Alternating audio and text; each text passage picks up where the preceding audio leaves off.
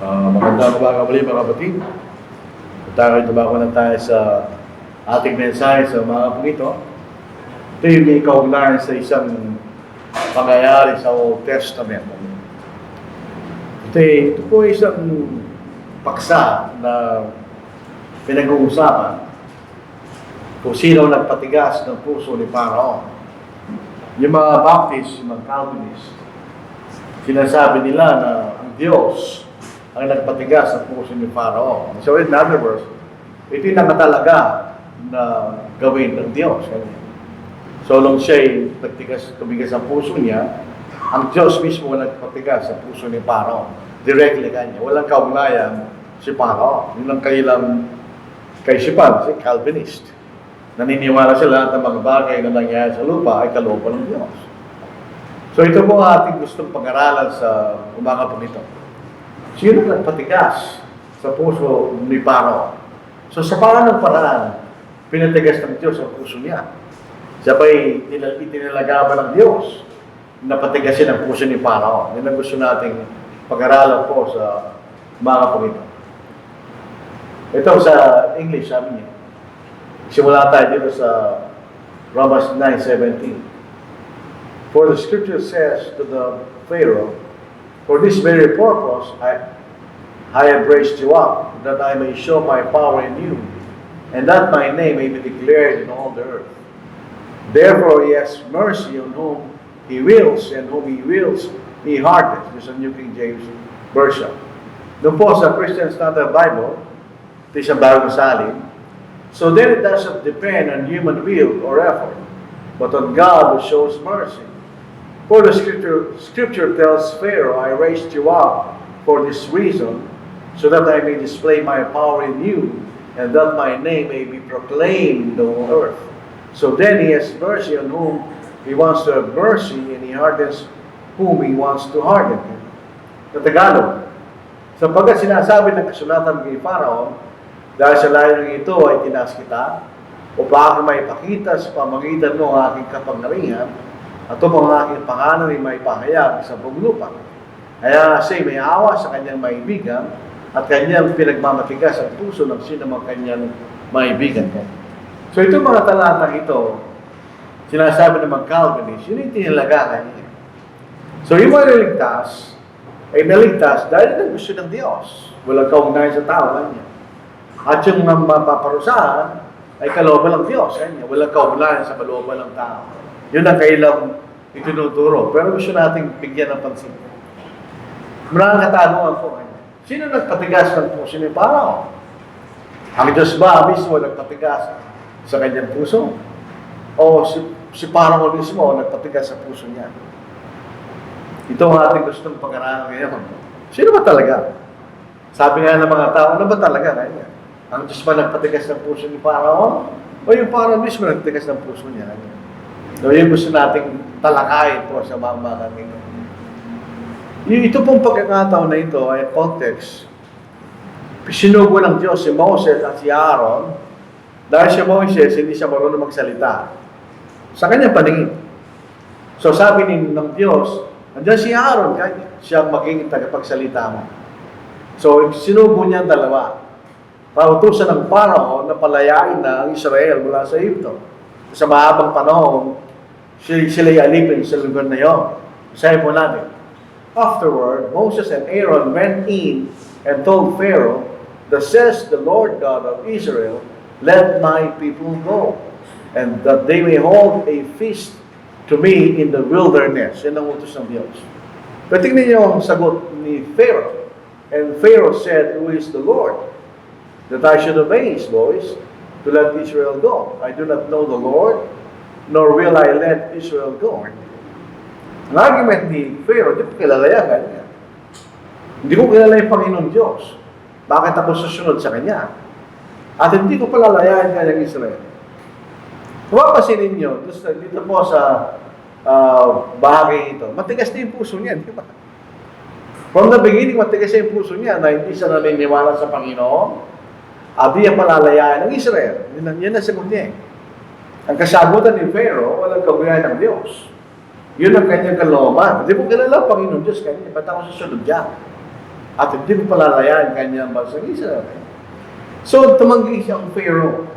So, matigas na talaga yung puso niya from the beginning. At bilang parang pangingisulto sa bansang Israel, dinagdagan pa niya ang trabaho ng mga Israelita kanya.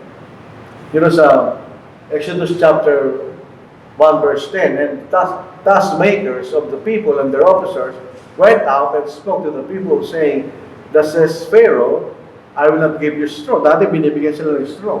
Ngayon wala na. Sila na maghahanap. Go get yourself straw where you can find it. Yet none of your work will be reduced. Ganun pa rin na trabaho yung kanya. So the people were scattered abroad throughout the land of Egypt to gather stubble instead of straw. And the taskmasters forced them to hurry, saying, fulfill your work, your daily quota, as when there was straw. So imbes na lumutang puso niya, tumigas pa rin. Binigyan niya mas malaking trabaho ang mga Israelita. Yun ang makikita natin. From the beginning, matigas na yung puso niya. In other words, siya naniniwala sa Panginoon at ayaw niyang palayain ng bansang Israel. Bakit? Nakikinabang siya. Ginawa niya nalipin sa lahat ng mga itinatayo sa lupay ng Egypto ang mga Israelita dahil mas marami pa sila kaysa sa mga Egyptians. So kaya ayaw palayain dahil nakikinabang ang Pharaoh kanya. So ano ginawa ng Diyos? Siya nagbigay ng 10 plagues sa Egypt. Anong layunin ng Panginoon? Sapagkat hindi nila kilala ang Panginoon, tandaan natin yun. Meron sila mga Diyos-Diyosan. So hindi nila kilala ang Panginoon. So ang layunin ng 10 plagues, and the Egyptians shall know that I am the Lord. Kanya. When I stretch out my hand on Egypt, and bring out the children of Israel from among them. So meron siyang bibigay ng plagues sa bansang Egypto para makilala nila kung sino ako, sabi ng Panginoon. Kung anong kapangyarihan ko. Ngayon, tingnan nyo from the beginning ang attitude ng Pharaoh. And Pharaoh said, who is the Lord, that I should obey His voice to let Israel go. I do not know the Lord, nor will I let Israel go. So, magkaiba kailang kalaban. Kaya ang ginawa ng Diyos, naglagay siya ng plague. Yung 10 plagues, ang totoo niya, siya-challenge niya mga Diyos-Diyosan ng Egypto. Para maipakita niya kay Pharaoh kung sinong tunay na Diyos. Na walang kapangyarihan ng kailang mga Diyos-Diyosan lamang sa Diyos. So, hindi ito simpleng pagbibigay ng plagues. Merong purpose ng Diyos kung bakit ginawa niya yun. Tingnan po natin ang isa-isa. Ano po? Yung unang plague, the Nile River turned into blood. Hindi na natin babasahin, pero kung siya basahin, Exodus chapter 7, 14 to verse 14 to verse 25. Ang Nile River, ito yung mahabang ilog. Tandaan po natin yun. Ito yung nagsisimula sa south of Egypt, naging 2 kilometro yan, hanggang makarating sa Egypto.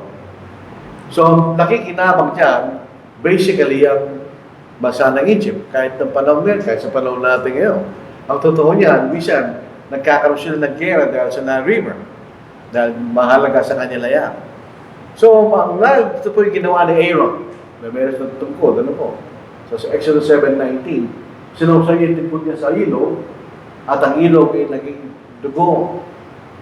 Pasinin po natin. Ang Nile ay Diyos. Diyosan sa mga Egyptian. Ang pangalan niya ay Hapi. So, tingnan ninyo, Diyos ng mga Egypto ang Nile River. Ang pangalan ng Diyos nila ay Hapi. Yung pasinin niyo, wala nagawa siya Hapi.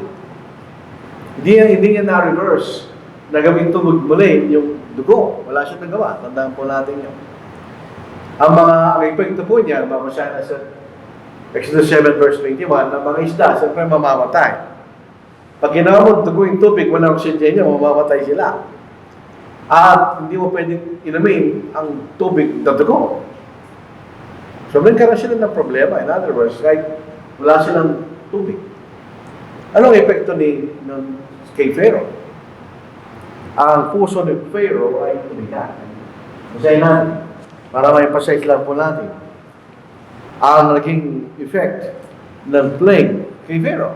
siya, sabi rito, tubigas ang puso niya. In other words, pwedeng lumambot ang puso niya. Totoo nga, makapangalan ng Diyos nito. Pero ang nangyari, hindi siya matina. Basahin natin. Sa 22 to verse 23. Subalit ang mga salamangkir ng Egypto ay gawa ng gayon din sa pamagitan ng kailang mga alim na kaalaman. Ang puso di parang ay napatigas at ayaw niyang pakinggan sila kaya ng sinabi ng Panginoon. At si Pero ay natulikod at umuwi sa kanyang bahay, hindi man lamang niya nilagay ito sa kanyang puso, hindi na yan. Ayos din. Bahala lang. Umuwi sa bahay, hindi pinansin. Yung pangalawang plague, ito yung frogs. Nagkaroon ng mga frogs kahit saan. Lalo ng bahay kahit saan. Nagkaroon po ng plague. Mababasa natin sa Exodus 8, chapter 1, verse 1 to verse 3. At muli, si Aaron ang gawa niya sa pamagitan ng tungkod niya. So, yung Diyos-Diyosan nila, the goddess of fertility, ang pangalan niya ay si Heket, ang ulo niya ay isang frog. Kaya yung mga frogs ay banal sa mga Egyptian. Kita natin. Dahil ang kailang Diyos-Diyosan ng fertility is Heket, ang ulo niya ay frog. So yung mga frogs ay sacred sa mga Egyptian. At ayaw nilang patayin. Kasi secret sa kanila. Kaya lang, pumunta kahit saan yung mga palaka sa mga bahay, sa bukid, at nangamatay. Siyempre, imagine natin yung amoy nung namatay ng mga palaka. Hindi ba?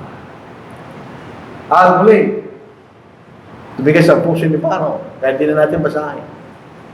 Instead na siya magsisi o lumambot ang puso niya, palayain ang bansang Israel, tumigas ang puso niya. Sabihin, hindi ko palalayan ang bansang Israel. Pangatlong plague, 10 point ng mga patay. Lies, kuto. Ngayon niya kuto. Ito po si Aaron din nagawa. Minasiwas niya ang kanyang tungkol. At ang alikabok ay naging mga lies, mga kuto kanya sa Exodus 8 verse 16. Si Chem, di ko lang pronunciation, siya yung Diyos ng alikabok sa lupa. So, nang minasiwas niya ang kanyang tungkol sa alikabok, naging mga kuto kanya. So, walang nagawa yung Diyos ng alikabok para ibalik sa alikabok, yung mga kuto. So, yung alikabok, naging mga kuto. At napunta sa lupa, sa mga tao, at sa mga hayop. So, imagine niyo, nagkaroon sila ng kuto. Kahit kuto lang yan, kuto pa rin. So, yung Pharaoh, yung puso niya, ito bigas.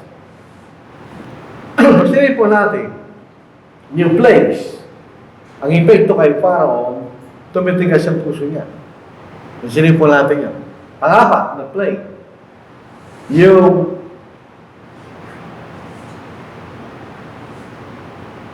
lies. Sabihin, si Kepri, siya Diyos ng, dito hindi po lies and fly. Ang Diyos po ng creation ay, ang ulo niya isang fly. So nagkaroon po ng langaw sa buong lupa, kita natin. So dito sa pagunang pangangato, yung bansang Israel ay hindi sila naapektuhan ng langaw. Yung lamang palasyo, yung mga bahay ng mga opisyal, at ang buong lupain, ang na-impress ng langaw. Imagine niyo yun, puno ng langaw ang buong lupain, maliban lang sa lupain na kung saan nandun ng mga Hudyo, ang mga Israelita. Muli, puso ni Pharaoh ay tumigas. Hindi pa rin niya pinalaya ang bansang Israel. Panglima, livestock, namatay ang mga hayop sa lupain ng Egypto. So ito yung ginawa ni Moises. At si Hathor, ang Diyos ng proteksyon, ang ulo niya ay isang baka. So tingnan niyo, lahat ng mga plagues, may kaukunayan sa mga Diyos-Diyosan ng lupain ng Egypto. Di ba? So walang nagawa si Hathor na buhayin yung mga namatay ng mga livestock. Muli, may distinction yung mga hayupan ng mga Israelita hindi namatay, yung lamang sa mga Egypto namatay. Pero alam ng epekto sa Pharaoh, tumigas ang puso ni Pharaoh. Dito po sa pangalim, boils. May mga... Ito yung ginawa pa ni Moises sa Exodus 9:8-9. At si Isis, ang Diyos ng medicine, at si Sekhmet, ang Diyos ng may kapangyarihan sa mga sakit.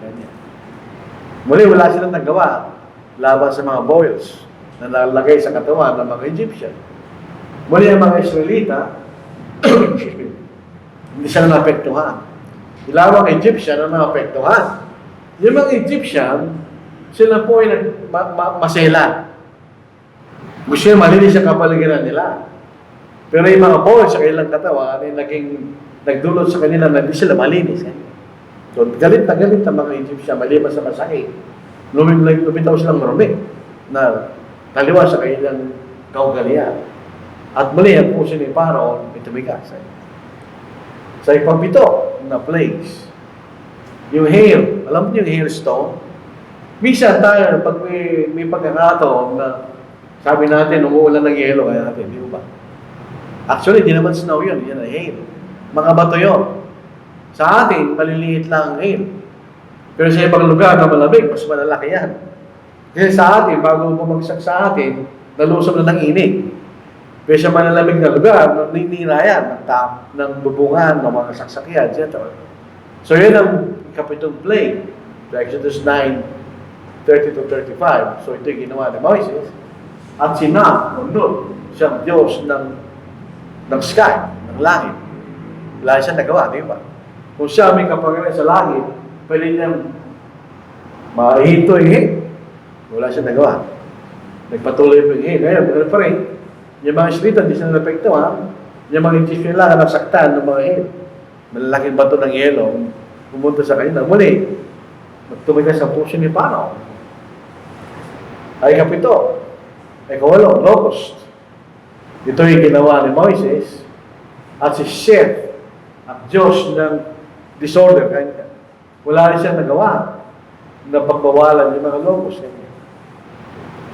So, si Moises, sabi niya, aalisin namin yung mga bata para siya maepektuhan ng mga locust. Ayaw ni Pharaoh. So, yung mga locust, alam niyo, gagawin niya, kakainin nila yung mga dahon. So, yung mga Egyptian, yung mga magsasaka. So, nasira lahat ang kanilang So, muli, si Pharaoh, ang puso niya, tumigas. Tapos, ikasya, kadiliman, darkness. Ito yung ginawa rin po ni Moises. Si Ra, hindi po si Ra, ang Diyos ng araw, na sinasamba higit kay Pharaoh. So, ba sinasamba nila itong Diyos na ito? Wala rin siya nagawa.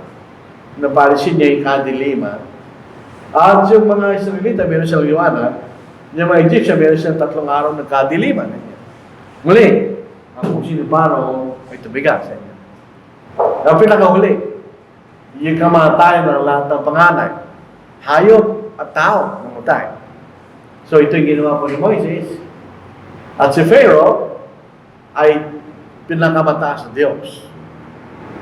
Sa lahat ng mga Diyos-Diyosan, siya pinakamataas na Diyos. Siya ay tao, pero siya nanggaling sa mga Diyos-Diyosan. So, siya ang pinaka-pangyarihan ng Diyos-Diyos supposed to be.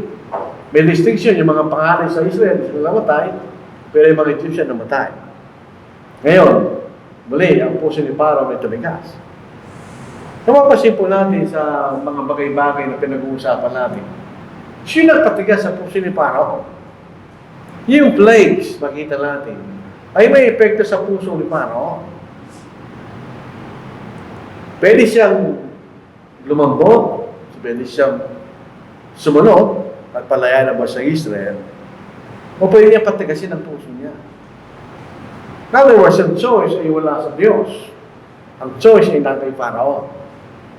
Na epekto ni Mel, siyempre may epekto ito, nahihirapan sila eh. Yung plagues, may epekto sa kanya.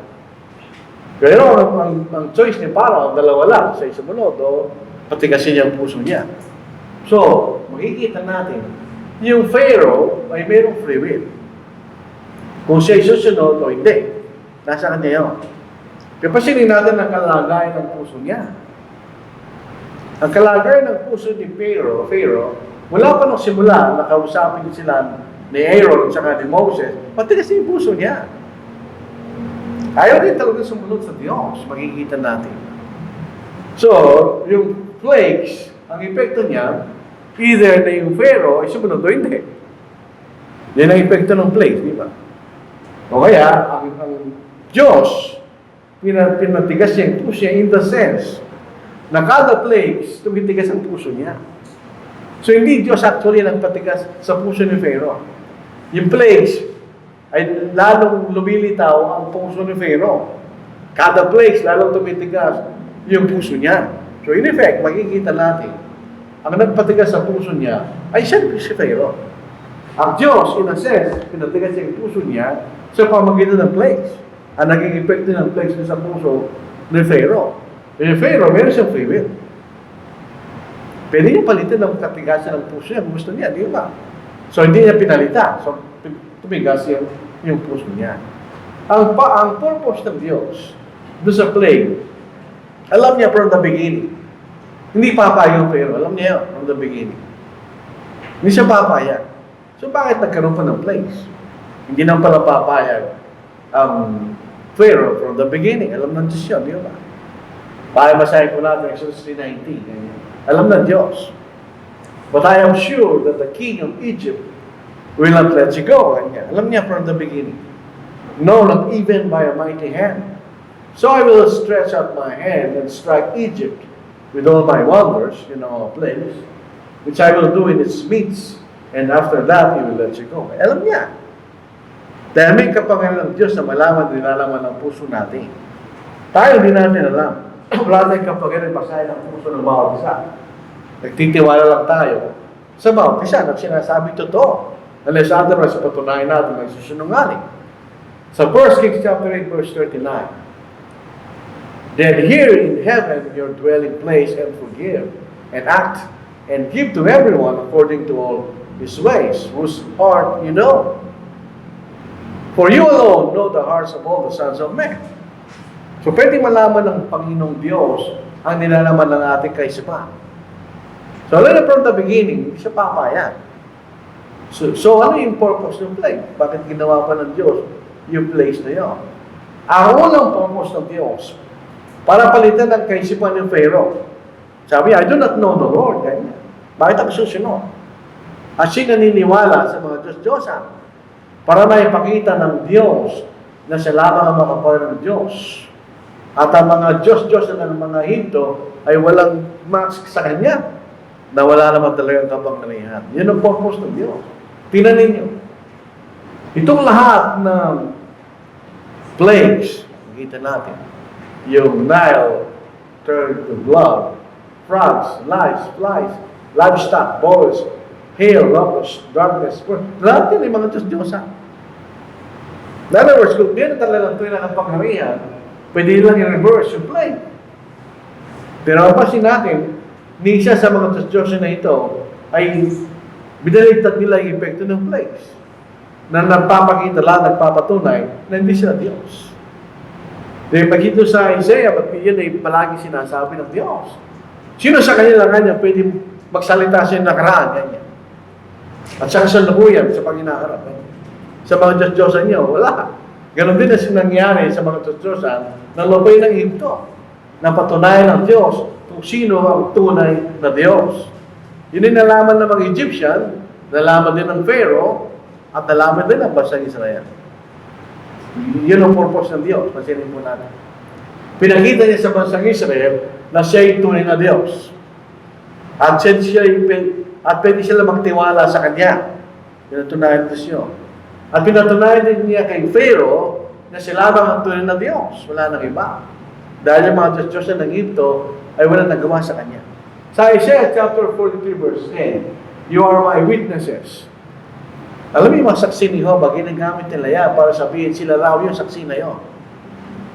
Sabi ko sa kanila, hindi kayo ganyan, kapsak nila. Yan ang bansang Israel. Nakita nila ang lahat ng mga bagay na ginawa ng Diyos. Kasama yung plague sa bansang Egypto. Sa Isaiah 43 verse 10, you are my witnesses, says the Lord, and my servant, whom I have chosen, that you may know and believe me, and understand that I am He. Before me there was no God formed, nor shall there be after me. Wala nga Diyos bago sa akin. Walang Diyos pagkatapos ko Kanya. Even I am the Lord, and besides me there is no Savior. I have declared and saved, I have proclaimed, and there is no foreign God among you.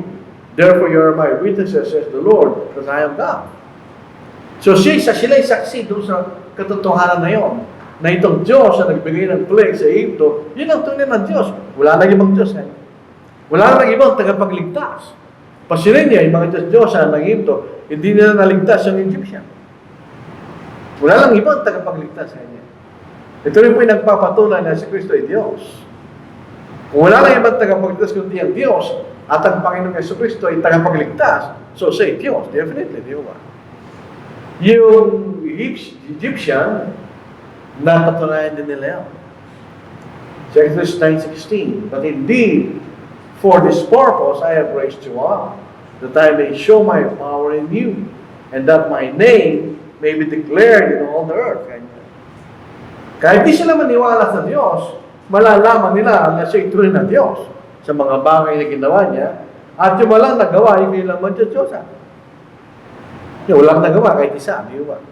Ang Diyos lamang may tunay na kapangyarihan. So, ano sinasabi sa atin ito? Hindi ang Diyos na nagpatigas sa puso niya. Ginawa lang ng Diyos ang place at pinakita ng Diyos kung gaano katigas ang puso ni Pharaoh. Sa aplikasyon po natin, yung plagues, pwede natin yung i-parallel sa salita ng Diyos. Pero lang yan. Ang salita ng Diyos, hindi nagiging dahilan sa mga tao para di sila sumunod. Hindi ang salita ng Diyos ang may gawa niyo.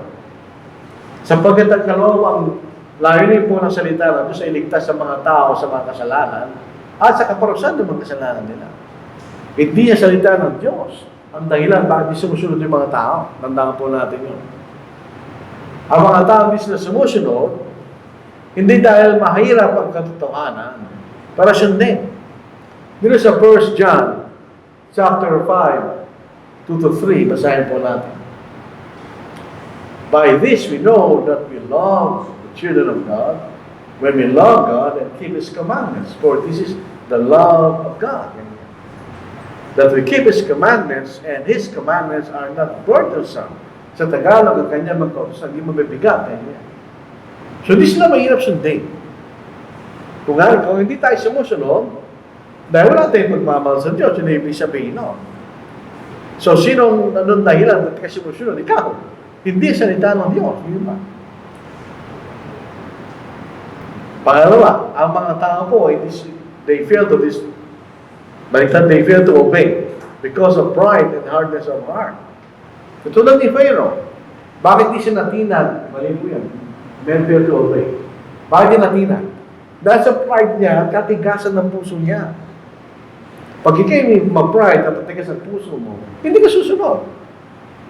Yun ang dahilan pat ang mga tao, hindi sila sumusunod sa salita ng Diyos. Sa Exodus 5:2, na mali po yan. Nakaulit yung isa. Sa Hebrews 3:7, therefore, the Holy Spirit says today, if you will hear His voice, do not harden your hearts, as in the rebellion, in the day of trial in the wilderness. So, 40 years we have. Where our fathers tested me, tried me, and saw my works 40 years. Therefore, I was angry with that generation and said, they always go astray in their heart, and they have not known my way. So I swore in my wrath, they shall not enter my rest. No, Exodus 5:2, ito po yung kinausap, yung binasa natin kanina. Kinausap ni Moses sa Pharaoh at ni Aaron yung Pharaoh.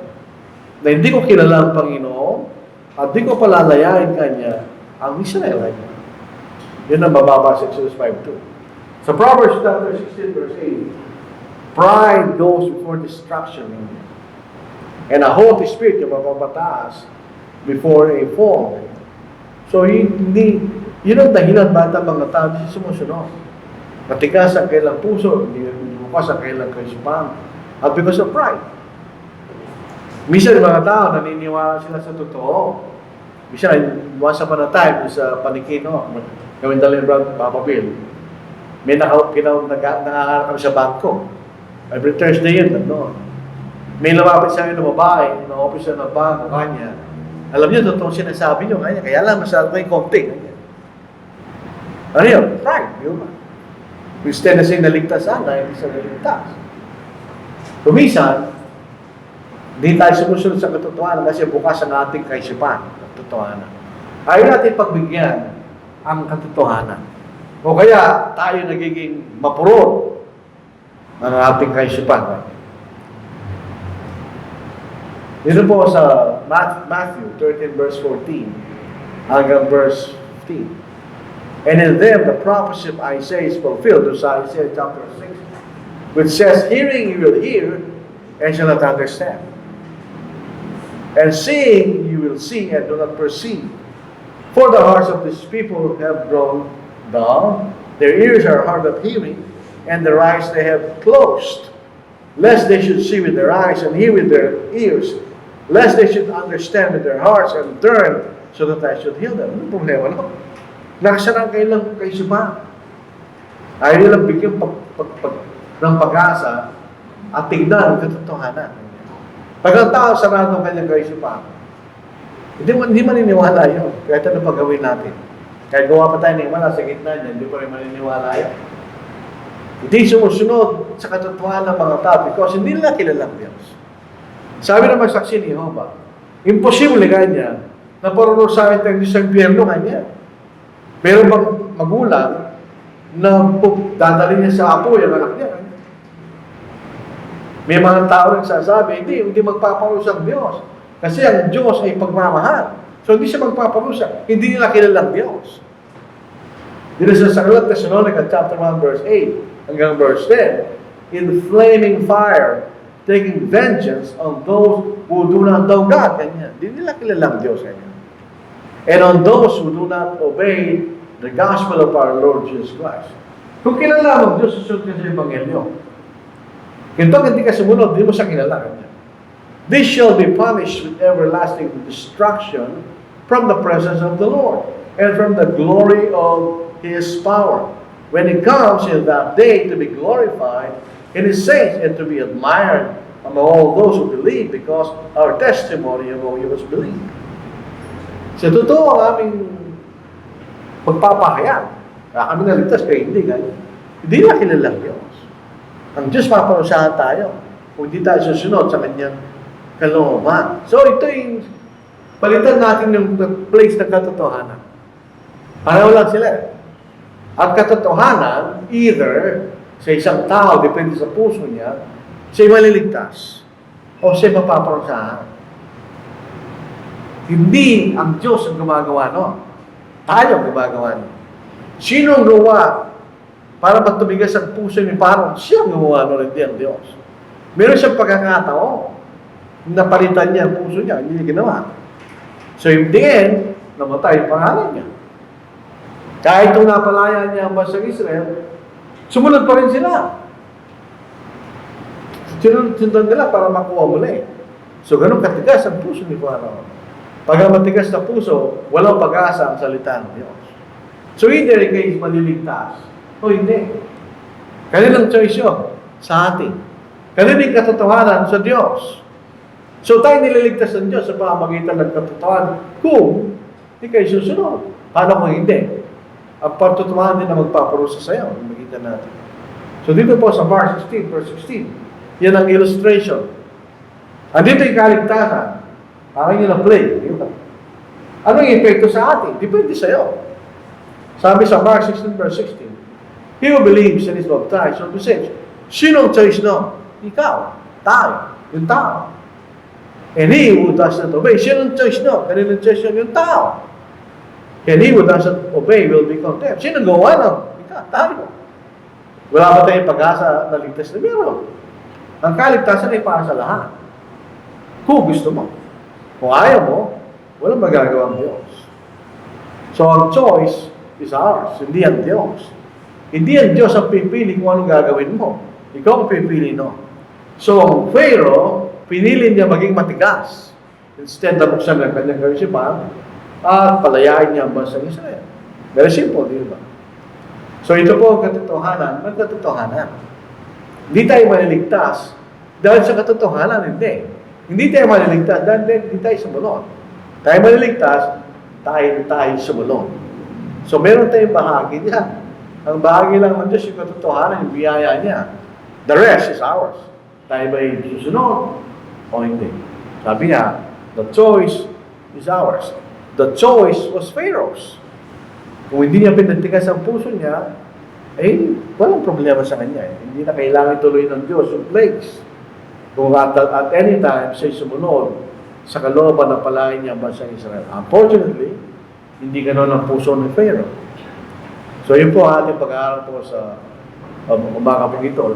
Ang bahay ng Pharaoh ay nakatalagang maging matigas. Hindi. Siya gawa, no? Siya gawa ng kalagayan ng kanyang puso. Maraming salamat po sa inyong pakikinig sa ating mensahe ng Panginoon. Ako lang po gawa ng PowerPoint, pero mensahe na yun ay galing po sa Diyos.